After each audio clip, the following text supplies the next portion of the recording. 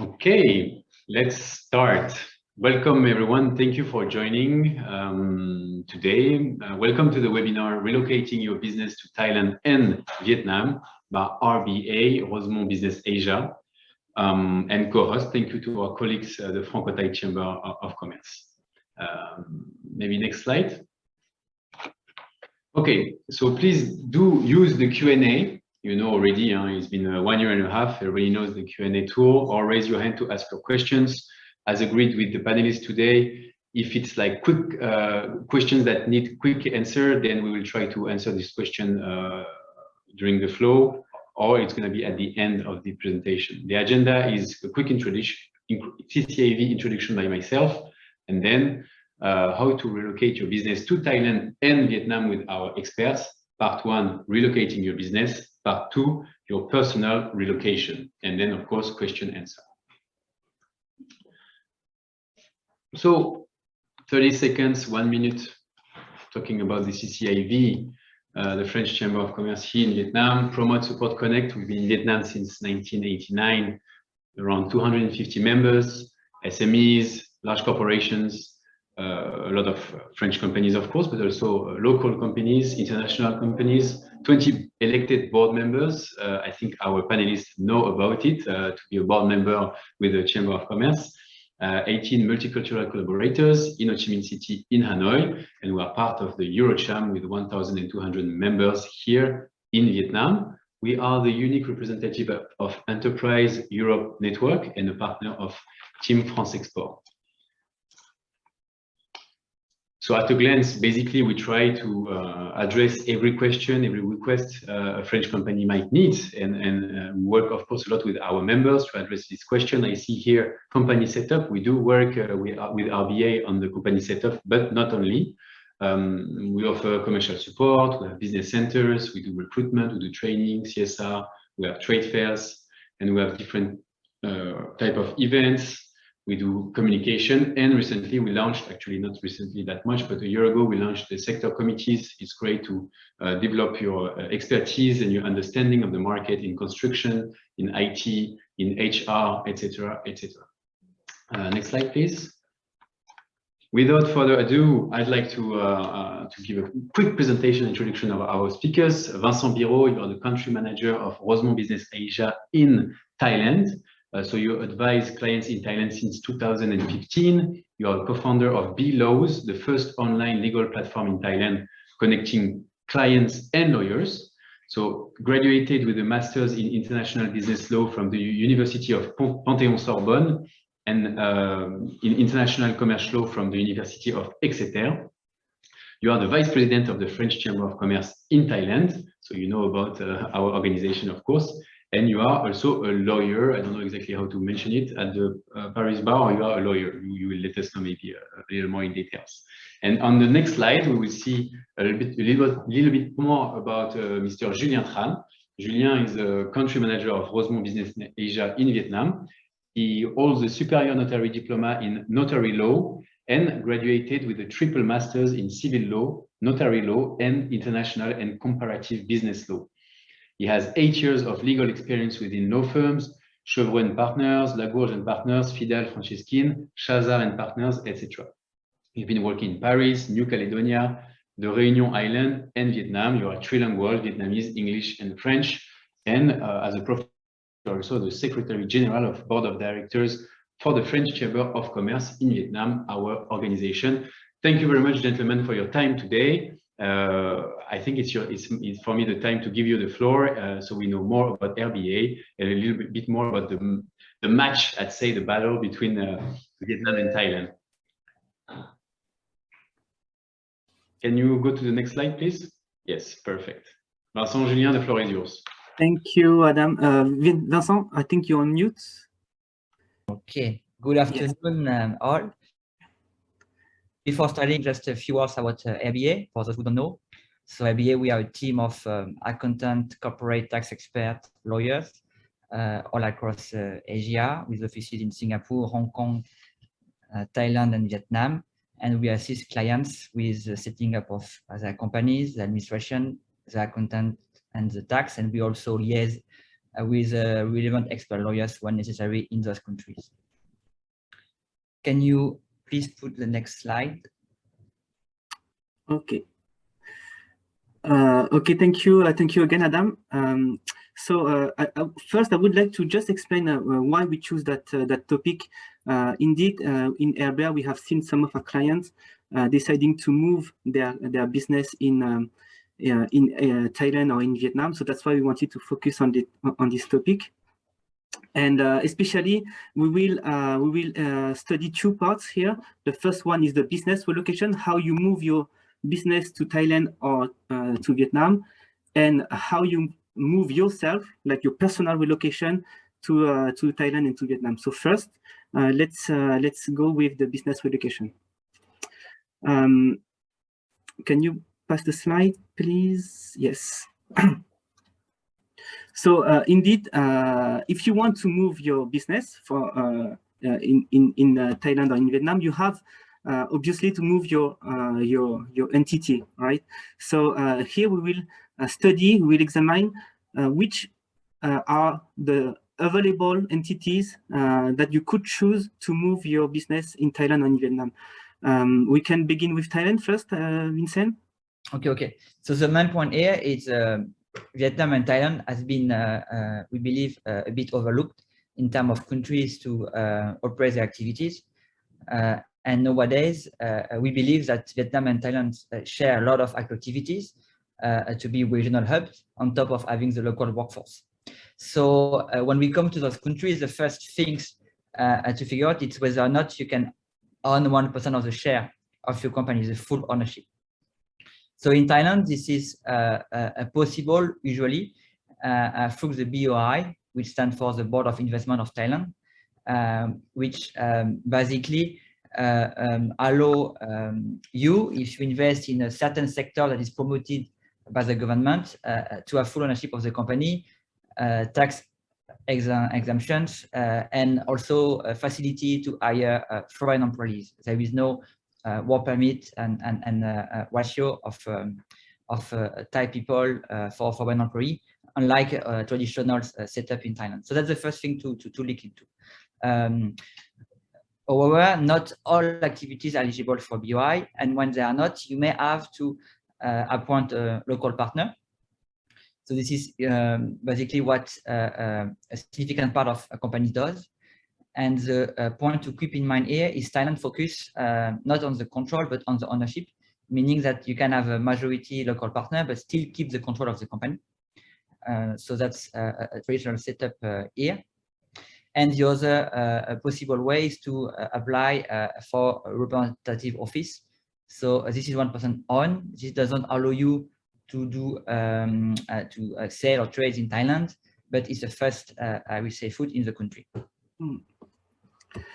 Thank you, Vincent. In Vietnam, actually, it's kind of the same. It depends in how you want to commit to come to Vietnam. I had identified in Vietnam 3 steps for you to move your business in Vietnam. The first one is the solution which will allow you to have the less responsibility if you want to begin to move your business in Vietnam. The first, so it's the contingent workforce management services. This is, for example, you want to send one of your employee in Vietnam, but you don't have any entity yet, right? So what you could do is, for example, to use the structure, the entity, existing entity to hire your employee. You can do that with the Chamber of Commerce. The Chamber of Commerce is providing such services. So actually, the Chamber of Commerce will be the employer, the official employer of your employee, and you will be able to send your employee to Vietnam using the Chamber of Commerce as a host, without having to establish your own company. So this is the first step for you if you want to check how is the business and how is the market in Vietnam. This is the first one. The second one is the representative office. As I think it's kind of the same in Thailand. This is the first step for the second step, actually, because the first step is sending one employee. The second step would be to establish your representative office. It is not a real company. It's just like an office detached from your main company, which is, for example, in France, and you will open an office in Vietnam. This office is limited in terms of its legal power. You cannot with this office sign any commercial contract. You cannot make benefits, but you can use that office to study the market, to conduct market research. You can also have your own employees, but you cannot deliver invoices, and you cannot make your own benefit with that representative office. But still, you have one step in Vietnam. You have your own employees in Vietnam, and you can study the market in Vietnam. Finally, the last one is the limited liability company. This is the entity that will allow you to have a full business in Vietnam. You will be able to sign contract. You will be able to have your own clients. You will be able to have make benefits as well. But as Vincent said, for Thailand, you have to be careful, because not all activities are allowed for 100% foreigner in Vietnam. You have to check it, and it depends on the activity you want to choose. And sometimes you will need to have maybe a Vietnamese partner, or maybe you will not be able to have to operate in Vietnam because you are foreigner. So you need to check that. I invite you to maybe talk to us or talk to your lawyer. He will be able to tell you if it's possible for you to have this activity in Vietnam via a limited liability company. Okay, to add it a bit on this, Julien. So in Thailand, we also have this system that we call portage in French, or yes, exactly. or PEO, which is employment of records. The French Chamber of Commerce in Thailand does it too, and so that's a good way indeed to send one or two employees at first, and to limit the investment and the risk in Thailand. The main issue, as you understood, is which activities that can be on 1% by foreigners. And in a nutshell, Thailand basically is really open for when it comes to digital activities. So if you want to develop software, e-commerce platform, fintech, medtech, all these added value services, you are eligible for the privilege. Other activities include industries, electronics, a lot of things also for electric cars, vehicle, and all the chain of product behind that are also heavily promoted. So basically, whatever that is, I would say, modern and can bring value to the countries is eligible. When it comes to more traditional business, like if you want to open a restaurant or a simple consulting firm, generally you will need to do it with a local partner. I see. In Vietnam, it's very difficult to say. I think it's more by case by case. So it's better if you ask us or ask your lawyer to study your case before we tell you if it's possible or not to establish a full company in Vietnam. Regarding the cost, can you maybe tell us, Vincent, about how much it would cost? Yeah, and Vincent, I have a question regarding this first aspect. Maybe it's a quick one to answer. Is there a difference in Vietnam between like the portage basically and an employment of record? Is it like something you're familiar with in Vietnam or in Thailand? What do you mean by employment of record? Sorry. I don't know. So maybe we can try to answer this at the end of the presentation, and maybe Mr. Birot, you can give us some details in this question regarding EOR. And maybe Julien, you would like to add a little bit regarding usually what kind of industries are entitled to full foreign ownership in? Yeah, that's what I was saying. It's difficult to say in Vietnam because it's case by case. You know, there's not like a general answer on that. But I know, for example, that if you want to do consulting company, I know a lot of foreigner wants to do consulting company. It's possible to have it 100% foreign in Vietnam. The same for IT. Everything about IT is okay also in Vietnam. But if you touch something sensitive, like publishing something, publishing something, or education, that will be protected. That will be more difficult for you. Yeah. Regarding the cost, I was asking Vincent, could you tell us how much it would cost for each solution that you propose? So basically, if you want to set up a company or a rep office, the tutoring cost will be around the same, around 1,000 USD. There is no specific issue. There is some complexity in terms of capital investment. So if you do a representative office, you will have to invest at least 60,000 USD within the first 3 years. So once again, there is some room. And if you go for a limited liability company, under Thailand there is no minimum capital, but in practice you cannot do with, let's say, less than 1,000 USD in terms of minimum investment. But if you want to hire for an employee, usually you will have to pay to transfer at least 50,000 USD. And if you apply for the BOI license, the first thing we mentioned that is easiest route to go to the 100% foreign ownership, you will have to invest at least 30,000 USD, sometime more depending on the project. I see. Okay. But let's say that in tutoring costs are really low, compared to the market in other countries. And in terms of capital investment, there is nothing too big. There is it's basically reflect the cash flow you will burn the first year when you want to start a business. Yeah, it's kind of the same in Vietnam as well. The cost to establish a company is kind of the same. If you want to establish a representative office, it would be around 1,500 USD. For a limited liability company, it depends, of course, on your activity, because you will have to apply for maybe some sub-licenses if you want, depending on the activity you are doing. So the sub-licenses can be costly. It depends.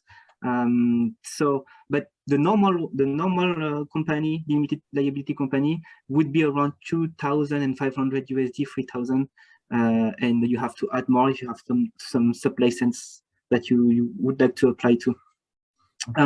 About the portage, it's a solution actually quite affordable, because you just need to pay, of course, the salary of your employee. That's obvious. All the charges, the PIT as well of your employee, but that's obvious. And you have to pay a certain amount for the service provider. Could be around maybe 13% to 20%, depending on the service provider you are choosing. So this solution is also quite cheap, actually.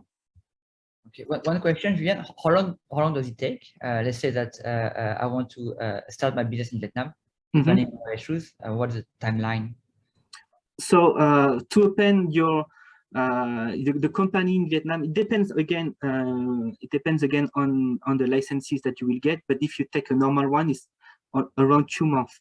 2 months to establish your company. Representative office is the same, maybe 1 month and a half. And for the portage,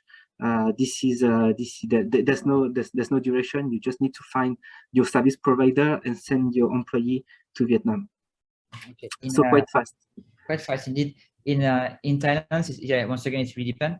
If you go for a rep office or limited company for a business that is not restricted or with a Thai local partner, it will take 1 week. 1 week. Wow. Either the rep office or the company.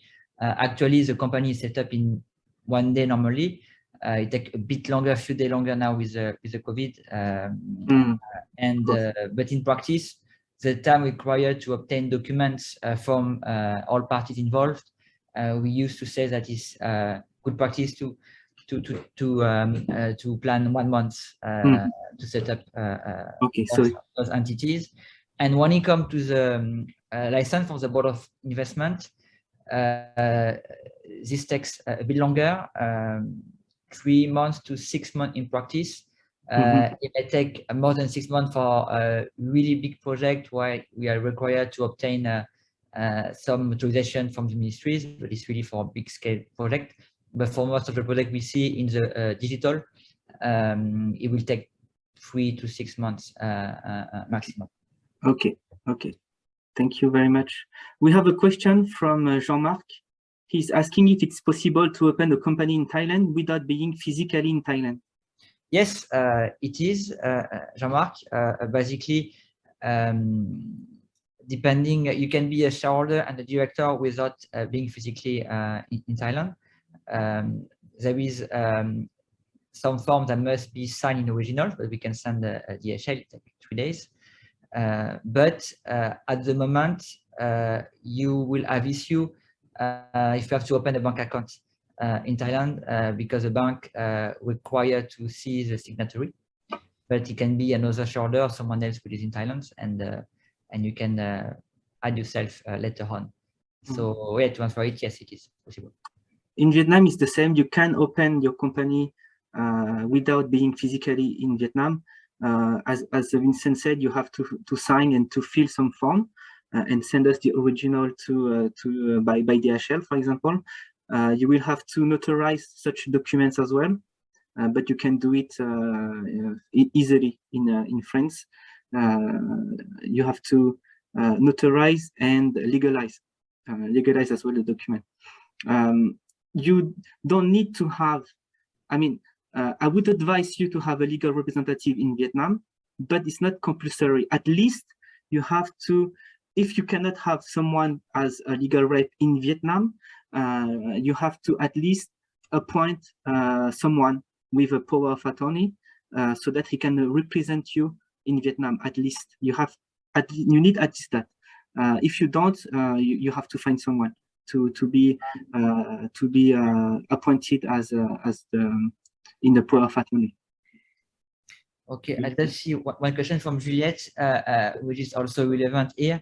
So it's a branch office. Yes, we have it in Thailand. I didn't mention it because it's a bit less common, but we have some. So branch office is similar to the representative office because it doesn't have any legal entity in Thailand, as Julien explained really well for Vietnam, the same concept. It is an emanation of the head office. But the main difference with the rep office is that the branch can conduct business, can sign contract, can generate income, but it's not always recommended because as there is no limited liability in Thailand, that means that the head office is liable for what the branch does in Thailand, and as the activities that the branch office can do in Thailand are limited, as it's a 100% foreign owned entity, it can only operate within the scope of the foreign business license, and this license really takes 6 months to obtain. So it's a kind of heavy setup, and there is some risk for the head office. So most of the time, large foreign group will prefer to set up a limited company, either for the BOI or with a Thai local partner. And the main case where we see some branch is, for instance, where there is some big contract with government entities, some public-private partnership. The Thailand authorities will request you to set up a branch for the purpose of executing this contract and getting paid. So that's basically when we see branch most of the time. Okay. I wanted to ask you as well, Vincent, about the tax.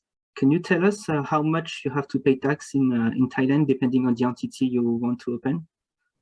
So Thailand is actually a really interesting country when it comes to tax, even if I don't really market it. So we will discuss the personal income tax later. Yes. It's another slide, but for corporate tax, there is a 20%. Mm-hmm. We can carry loss up to 5 years. And there is some scheme with less tax for SME. I won't go into details here, but depending on your revenue, you can pay a bit less. And in terms of tax exemptions, so when you go through the BOI road, you can get generally 6 years, sometimes up to 9 years tax exemption, and also tax exemption. So basically on the corporate income tax exemption, that's the main one. and also they will waive tax on the import of machinery that are necessary for your business. So there is a set of tax. We can discuss this a bit later in details. But yes, okay. it's interesting. Okay, it's the same in Vietnam as well. It's the corporate income tax is 20%, and you can carry loss for 5 years as well. If you have a representative office, obviously, as I said before, you cannot make any benefit, right? Because it doesn't have a real legal personality. So you cannot have benefits. So you obviously don't pay tax with the representative office. However, if you don't make benefit in Vietnam, that means you are making benefit with the head office. So you have to declare those benefits in your head office, and so you will have to pay tax within the jurisdiction of your head office. If you have a portage, as we said earlier, it is about a PIT, and we talk about that just in the next slide. So yeah, rep office and portage exactly the same treatment in Thailand. Okay, one more is related to this as well. So basically, we've been asking, so in Vietnam to open a rep office, the head office must exist for at least 1 year. And we have been asked if there is the same restriction in Thailand. Thailand used to have the same restrictions, and about 3 years ago, they liberalized a lot as a rep office. So basically, you can simply set up one holding company anywhere for the purpose of having a head office, and then you can set up your rep office and have a light structure in Thailand that have some advantages in terms of work permit insurance, but this is something we discuss later. Okay, I think we have to move to the next part because it's already 4 p.m. Can you pass the slide, please? Shimen, can you change the slides? Not before, not this one. Before, just before this one. Normally, it's about the workforce in. Yeah, this before this one again. Yes, this one. So if you're moving to Vietnam, that is because you are looking for maybe to get close to the Southeast Asia markets, and also because you are attracted by the Vietnamese workforce, and you would be right to do that because, as you know, the workforce in Vietnam is very qualified with quality and skills. Vietnamese people are culturally hardworking people, and they are committed to their task,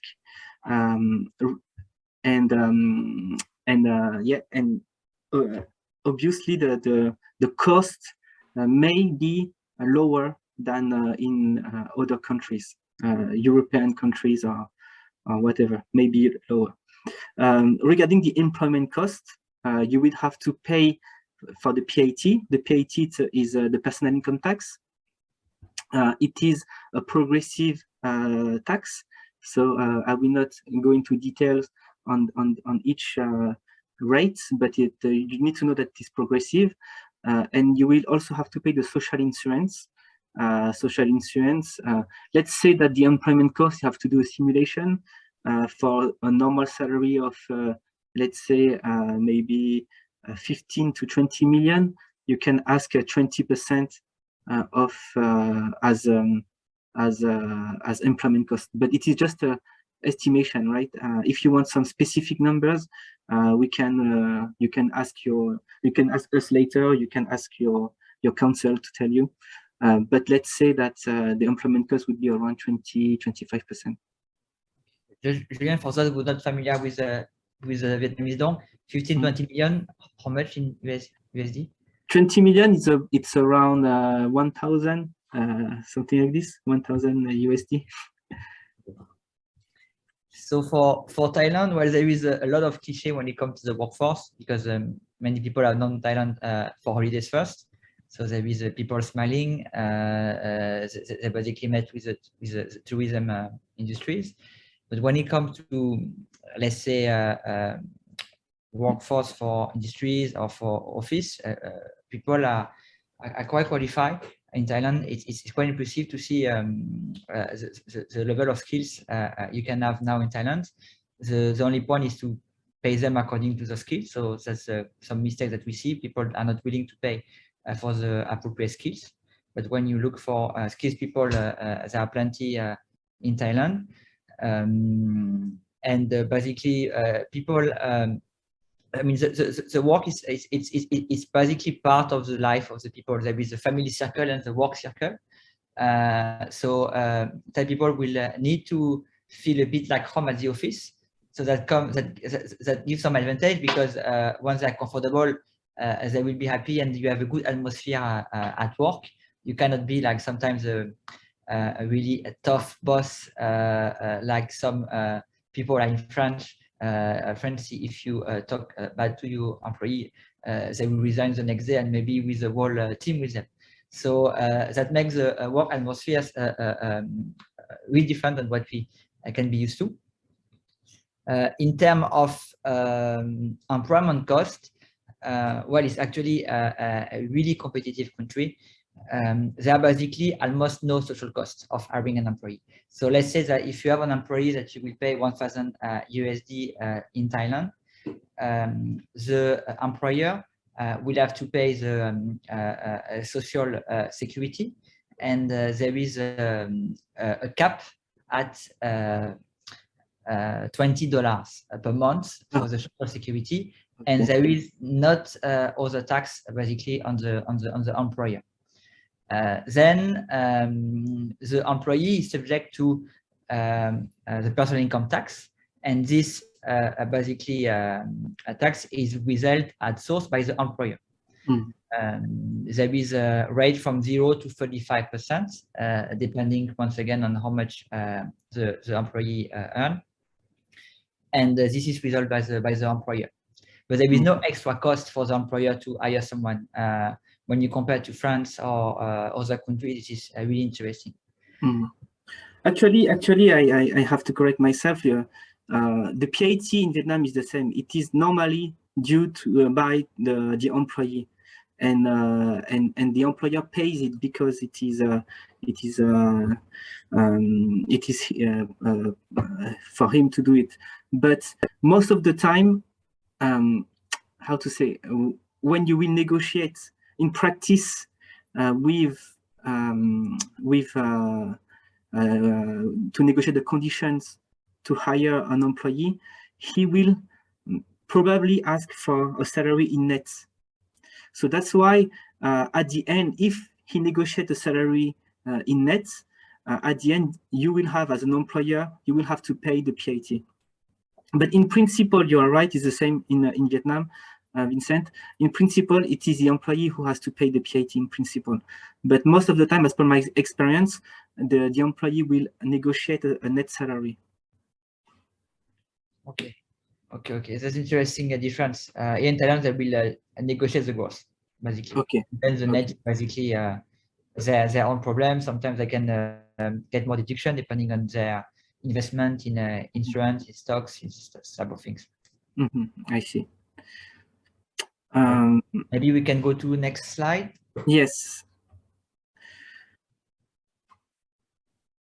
No, the other slide, the other way around. Yeah, perfect. So after talking about your business relocation, we talk about your personal relocation, how and with which document you can enter to Vietnam or to Thailand. Can you change the slide, please? Thank you. So for Vietnam, we have identified 3 kind of business of visa, that you could apply to move to Vietnam. There is the investor visa, the business visa, and the family visa. As you know, currently it's still difficult to enter Vietnam, right? For example, you don't have the tourist visa yet. So the only way for you to enter Vietnam is to have what we call an approval letter. An approval letter which will allow you to enter Vietnam because you are an expert, because you are a manager, because you are an investor, something like this. And with that approval letter, you will be able to come to Vietnam. Attached to this approval letter, there will be a visa. It can be so a business visa. The business visa you need to have a sponsor in Vietnam, like a company that will sponsor, will be the sponsor of your business visa, and it will be for 3 months. The investor visa is granted if you have your own company, if you have invested into a company in Vietnam. As per my experience, it may sound strange, but it is easier to have an investor visa if you are outside Vietnam. If you are inside Vietnam, you're already in Vietnam. For example, you had a tourist visa so far, and you would like to change your tourist visa into your investor visa. It is possible, but it is a little bit more difficult to get it for some reason that are still not fully understandable by me. But it's this is how it is. It may change. It may change because the regulation is changing very fastly, and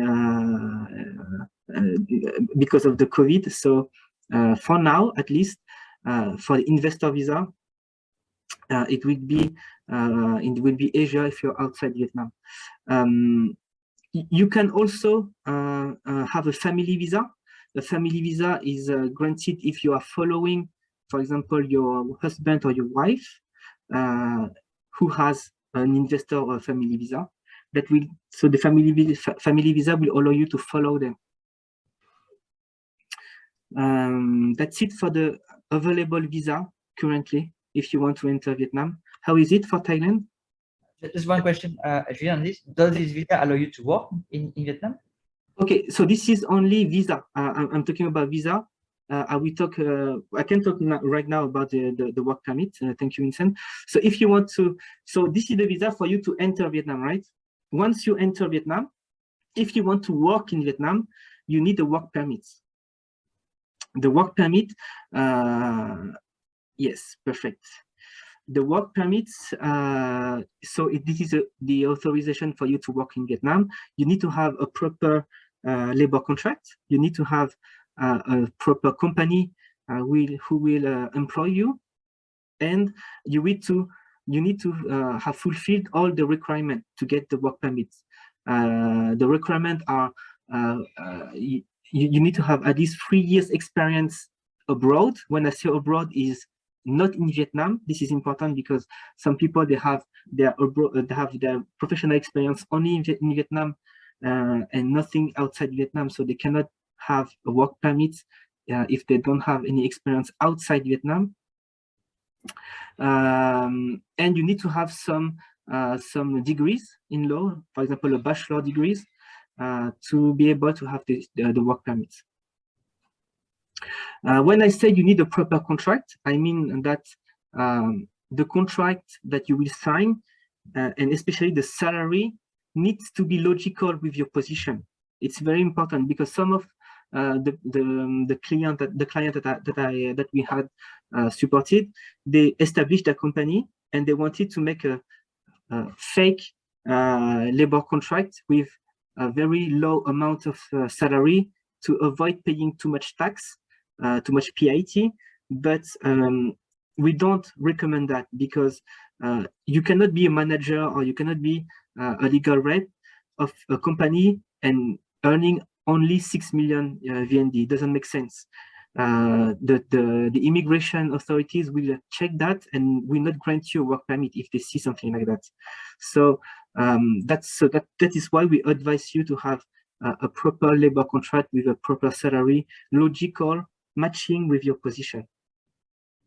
So this is the first possibility. The second possibility, if you want to work in Vietnam, is to have a work permit exemption. So as it stated, the work permit exemption allows you to work without having a work permit, right? It is possible if you are married with a Vietnamese citizen. So if you're married with a Vietnamese citizen, you don't need to have a work permit. And it is also possible if you have invested more than 3 billion VND in a company. So that's a lot of money. But if you have invested more than 3 billion VND in a company, you will have a work permit exemption.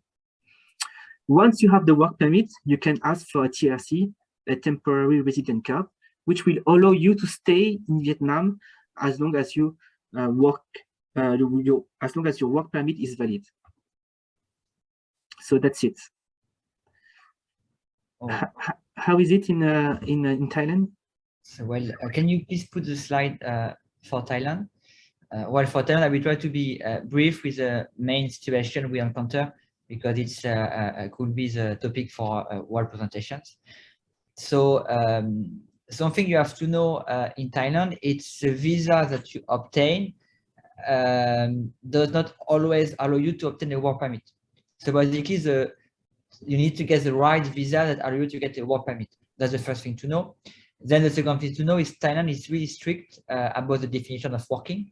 As a fact of doing basically any efforts, whether or not it's paid, can be considered as work. So there is really wide scope, and we need to be aware of this when you come to Thailand. So Thailand has implemented a smart visa, a bit similar to what France did to attract talents. So this smart visa works actually quite well because this is a special visa that contains a work permit. So when you get this visa, you can work. They usually granted for a period of 6 months or 2 years up to 4 years, depending on the type of smart visa. The most common one is what we call a smart visa S for people that want to start a company. If the company is within one of the targeted industry for Thailand, and basically this everything that is innovative, they can get a 6 months smart visa, and then they can extend it to another period of 6 months, and then they need to set up a company that want to keep going. And once the company is set up, they can get 2-year extension. So this is a really easy way to start a business in Thailand. Then the other type of work permit, which is the most common one, is a no-immigrant business visa. You need to receive a letter from a company that will hire you. It can be your own company. And based on this, you will apply for this non-B visa, which is usually issued for 3 months. You can apply at your embassy, at the Thai embassy out of Thailand or in Thailand. People on tourist visa here or on some other visa may be able to change their visa type into a non-B in Thailand, but it's really complex. And as Julien said, for Vietnam, I think we have the same issue where for some reasons, it's easier to get those visa out of Thailand than it is to convert existing one into other one in Thailand. But during COVID time, as it wasn't possible to leave Thailand and come back without quarantine, we had to find a way to convert those visa, and immigration has been a bit more understanding, so we were able to convert from Thailand. And once you get this 3 months non-immigrant visa, you will apply for the work permit. So once again, here the criteria to obtain a work permit may be quite high. It really depends on the type of company. If you have a traditional limited Thai company, you need to have at least 2 million baht, so around 60,000 USD, paid up capital plus 4 Thai employees to be able to sponsor a work permit. So that means that if you need to have 2 foreigners working for this company, you will need to have 4 million, so which is 120,000 paid up capital plus 8 Thai employees. This is a big limit for startup. Startups that go through the smart visa road, they can get the smart visa without having to comply with this quota. So it's quite interesting. People that go for a rep office enjoy a limited ratio of only 1 Thai employee per foreigner. But it's difficult to get more than 5 foreigners into rep office. But once again, when you start an activity and you don't plan to have more than 2 or 3 foreign employees, it's I would say an easy setup.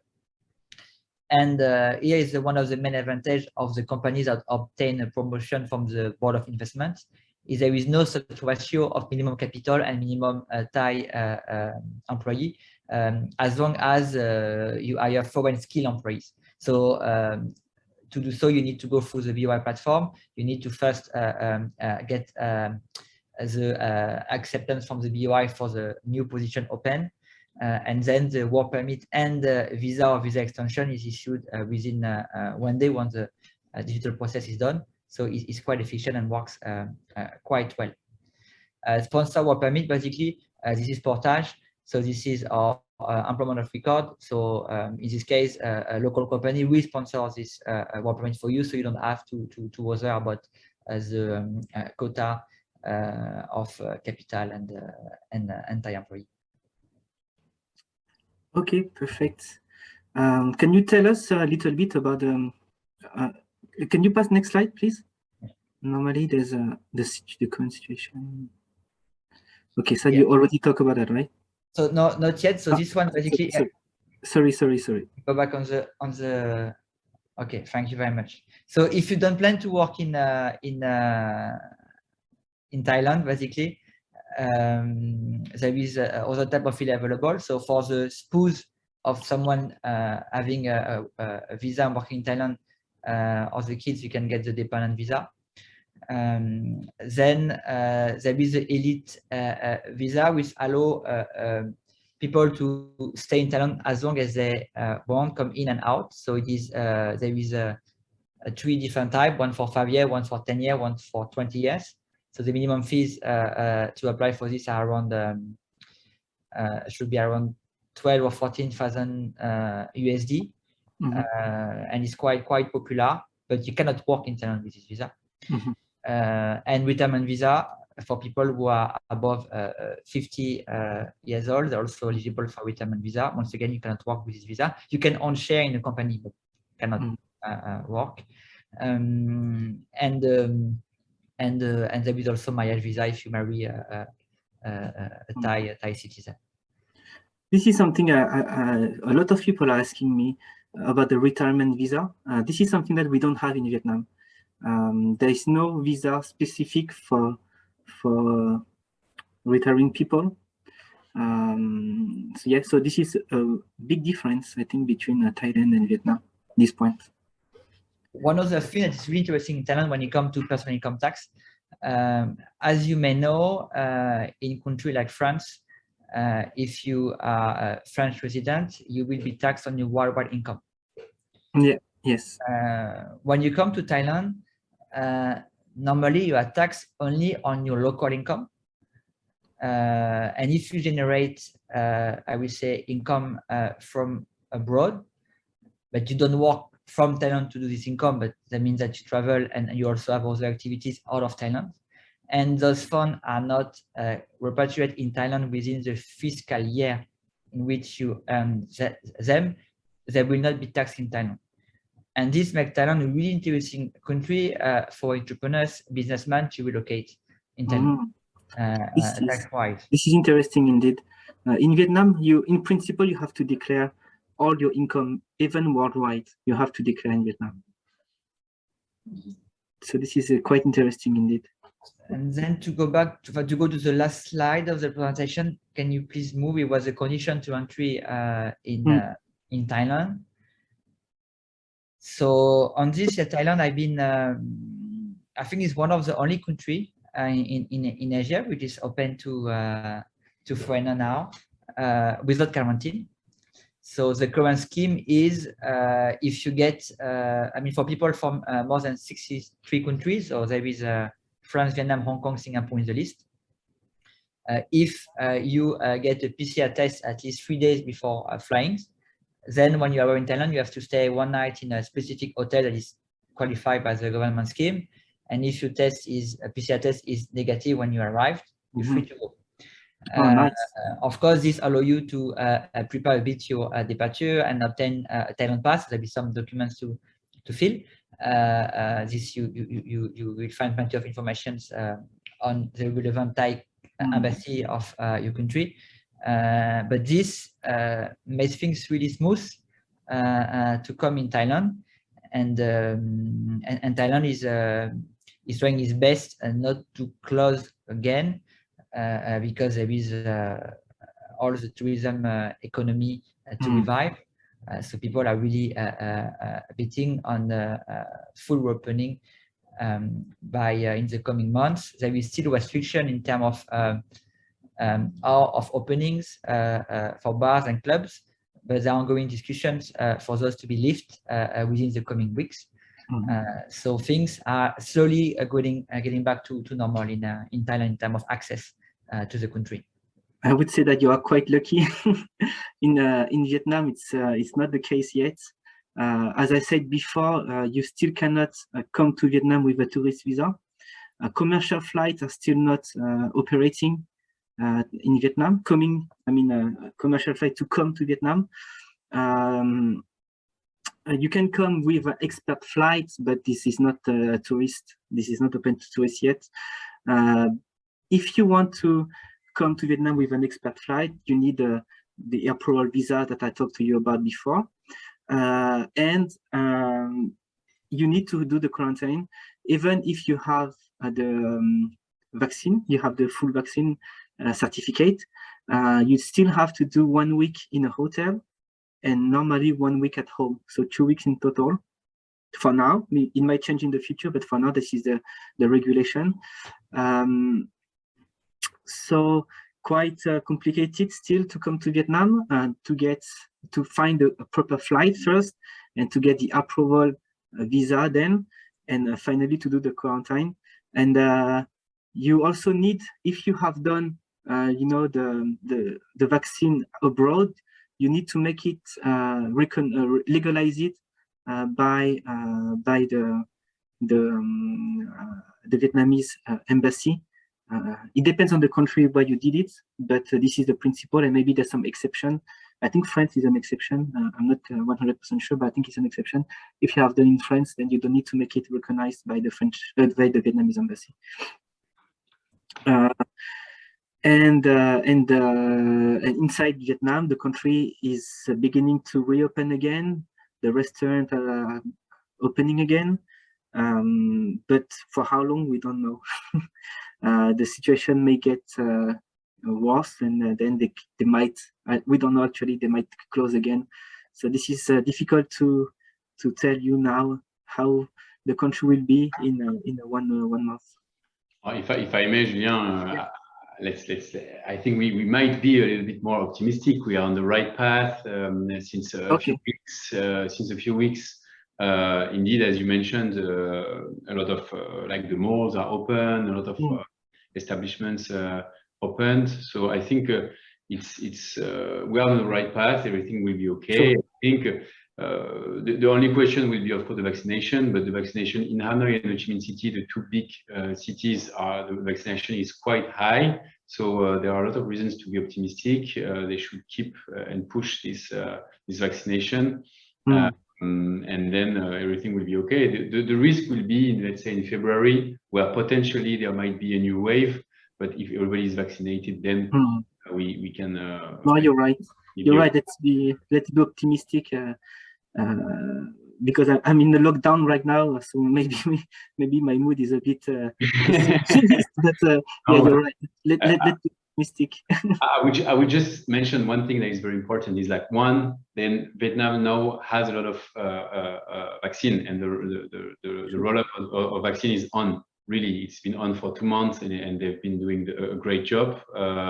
And the other thing is, like the Prime Minister mentioned, that Vietnam has to live with COVID. So there is a total shift of the strategy of the approach. Before it was like zero COVID strategy, but now we are out of this strategy. The government, the authorities, they repeat day after day that we need to open, the business has to get back to normal, and they want to open to tourism. We don't know if it's gonna be next week or in 2 months, of course. But I think everything will get better, crescendo for the next months. Actually, I have contacted Qatar Airways, and they have made they have asked for the authorization to open again the commercial flights in February. They will have the answer. They told me they will have the answer by the end of December. So let's see. So let's be optimistic. You're right. Everything is beginning to reopen, and yeah, you're right.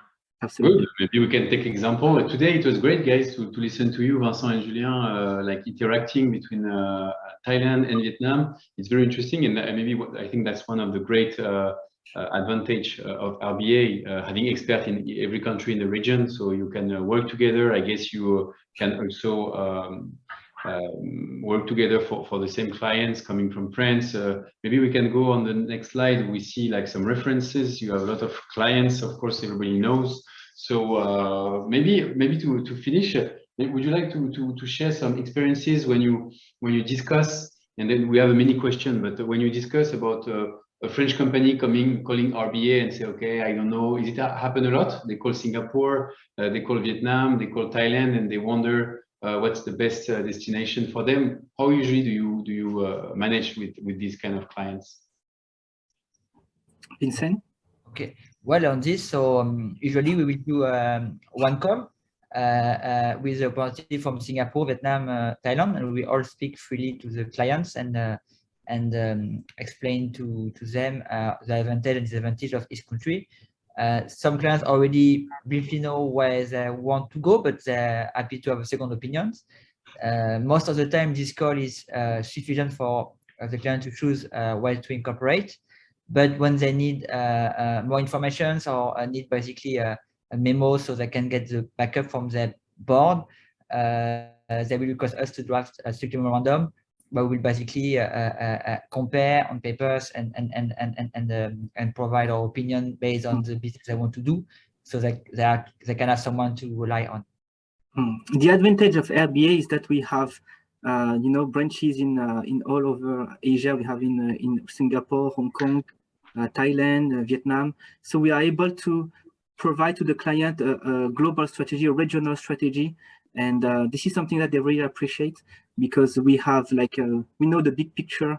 We know the tax implication for each country. So this is one of advantage from RBA that we can propose to our clients. And the two other things is basically a one-stop service when it comes to incorporation and administration. You have the same person that you meet at first that will also handle your ongoing corporate compliance and accounting issue. We can handle this from only one office to make it easier for the clients. Plus, our network, as you mentioned before, we are both involved in the French Chamber of Commerce, so we know the local market quite well, and we used to make connections, synergies between people we have met here when we believe that this can help this or those to do their business. Thank you. Of course, we know well, Vincent and Julien, that you are very much involved with the community, of course, with RBA, but also with the Chamber of Commerce, and it's very great and an honor to have you discussing and being part of these interactions. I see, Vincent, maybe would you like to we are already out of time, actually, it's been 1 hour already, but my question is do you want to take a few questions? Maybe we can go to the next slide while we answer the last question or the last questions, depending on our panelists, for the audience to see the direct contact of Vincent and Julien, because really, please do contact them directly to share your questions, to know more about Vietnam and Thailand.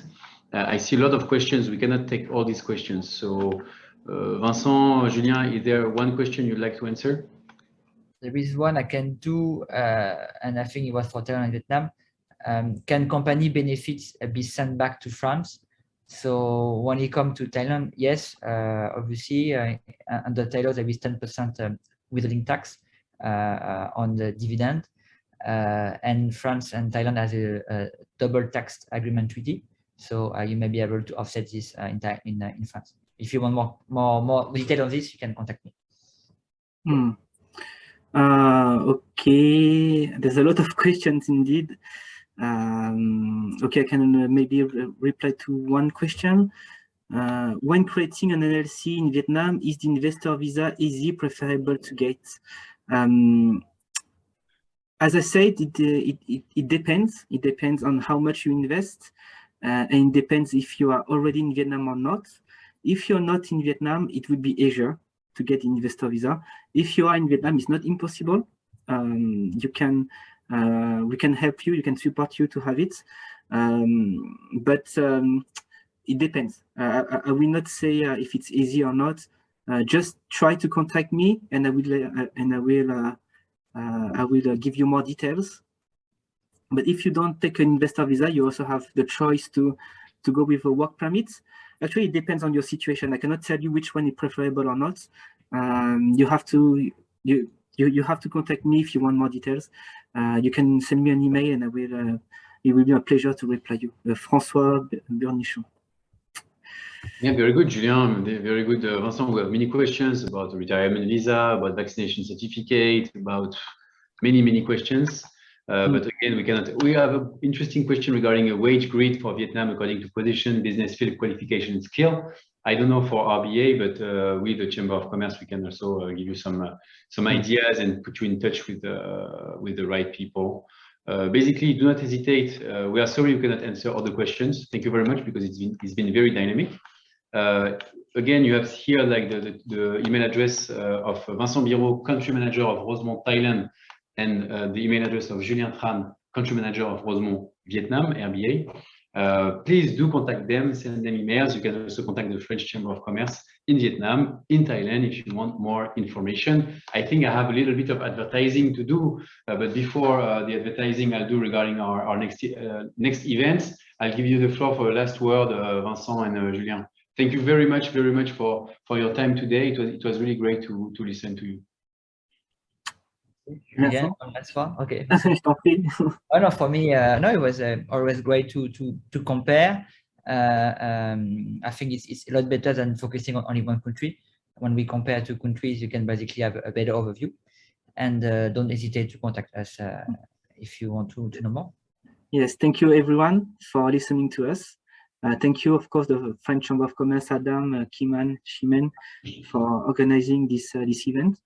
And thank you, Vincent, for this very interesting discussion. If you need anything, don't hesitate to contact us, and it will be a pleasure, as we say, to reply to your questions.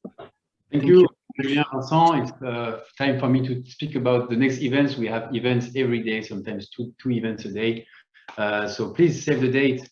1st of December, 2 p.m., government incentives, new labor regulations, and how business contracts are affected. That's something interesting also for RBA partners, I'm sure, with BPC International, the bank, and Fidel Asia Attorney. Then we will have, please do save the date for the other event. Please do show me the slide. Yeah, digital strategy. It's a workshop, 30th of November at 9:30 a.m. in Vietnam. Digital strategy, the methods that drive creativity by WS Interactive. And then another workshop, I think, with Miguel Delecourt, how to definitely develop your business with LinkedIn. I do recommend this workshop as well. It's super interesting and dynamic. 7th of December. Please follow us. There is a QR code. You can follow our event. Do not hesitate to contact CCIFV team for any further information. Thank you for joining and have a good day. Bye-bye. Thank you, Julien. Thank you, Vincent. Thank you. Bye-bye. Bye.